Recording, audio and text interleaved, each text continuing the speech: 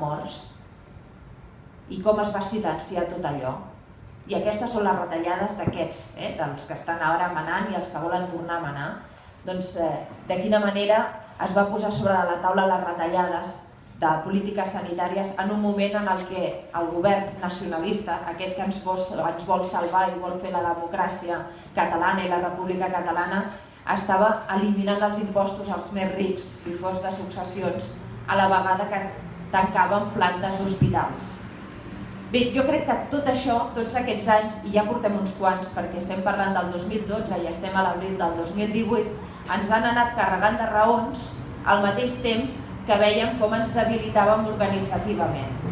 I potser el 6 i 7 de setembre, potser l'1 d'octubre, aquell moment d'efervescència, d'eclosió, de tot l'odi acumulat, de tota aquesta estratègia de donar el cop democràtic, perquè al final va ser un cop democràtic, un cop institucional, també ens ha servit a nosaltres per agafar aquella força, per agafar aquelles energies i sortir de l'armari. Avui és primavera, és l'abril, és un dia fantàstic i crec que aquestes expressions, aquests naixements d'organitzacions com és Entesa Federalista ens ajuden a tornar a posar els ciments, les parets mestres del que hauria de ser per tots nosaltres l'acumulació de forces.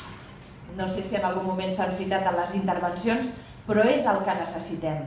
Cadascú des de la seva mirada, cadascú des del seu accent. Jo crec que el que necessitem és que des de la UGT, des de comissions, des del moviment veïnal, que malauradament també estava present a la manifestació de la setmana passada, des de les AMPAs, que les direccions també estaven a la manifestació de la setmana passada, però que tenim molts moviments de base que no volen dividir Catalunya entre independentistes, no independentistes, llaços grocs i sense llaços grocs, que el que volem és veure de quina manera la riquesa del nostre país, aquest pluralisme, fa possible que puguem conviure amb el conjunt de pobles d'Espanya. Jo crec que això és el que ens uneix i això és el que ens ha d'ajudar també a poder ser cada cop més i a organitzar-nos. Catalunya, en els darrers anys, però especialment els darrers mesos, jo crec que s'han trencat alguns consensos que aquells que cridàveu llibertat, autonomia i amnistia i estatut d'autonomia vau ajudar a construir. I jo moltes vegades ho dic com una història personal. Jo vinc de classe treballadora, la meva família procedeixen d'Andalusia i jo vaig aprendre el català a l'escola. I la immersió lingüística va ser el millor que em va poder passar per promocionar-me també a Catalunya, a la meva societat. Però aquella idea d'immersió lingüística, aquella idea del català a l'escola, després d'anys de nacionalisme, d'utilització de la llengua com un instrument de cohesió identitària i de nacionalisme, ha fet també trencar-se. I després veiem com partits com Ciutadans agafen la bandera també de la llengua també per dividir-nos. Hi ha consensos a Catalunya que s'han trencat i només cal veure els resultats del 21 de desembre. Per tant, no és només les banderes. Tenim molta més feina. Tenim molta més feina per fer. Ja no es tracta només de guanyar eleccions o tenir capacitat organitzativa. Haurem de fer molta feina, com dieu en el manifest, d'hegemonia cultural. No només és el model d'estat, no només és el federalisme o la descentralització o el blindatge de competències o el model de finançament. No només estem parlant de polítiques públiques, de reformes institucionals.